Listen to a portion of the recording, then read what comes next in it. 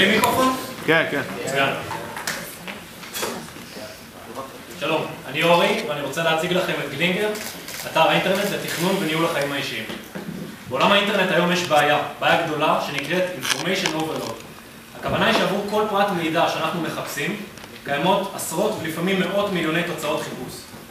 ים של מידע שמתוכו אנחנו נאלצים לברור, לסנן ולמיין מה מתאים לנו, מה מדויק ומה נכון, ולאחר מכן לטעון ולתחזק את המידע הזה במערכת ניהול אישית, בין אם מדובר בפתק על המקרר, קובץ אקסל או איזה מערכת to-do list.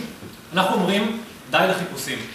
גלינגר זאת פלטפורמה שמציעה לכל משתמש פתרון מלא ומקיף שמתאים אישית למשתמש לפי חתך הפעילות שהוא תכנן, וכל זה לאחר תהליך קצר שאורך פחות מדקה כתחליף לכל השעות של החיפוש המאומץ באינטרנט.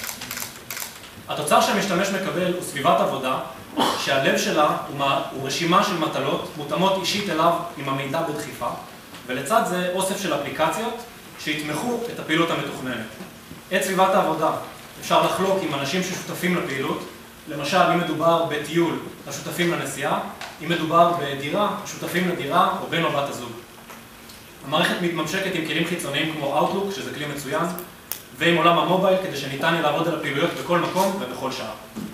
המוצר שאנחנו מציעים הוא חינמי לחלוטין למשתמש, והמודל ההכנסות שלנו הוא מודל פרסומי, אבל מסוג שעוד לא קיים היום באינטרנט.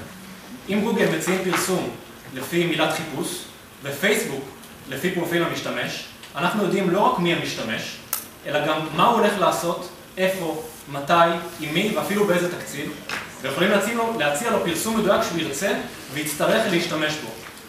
אנחנו עובדים על המערכת כבר שנתיים, יש גרסת אלפא שעובדת ומוכיחה את היכולות שלנו, ונשמח לעלות לגמר ולהציג לכם אותה.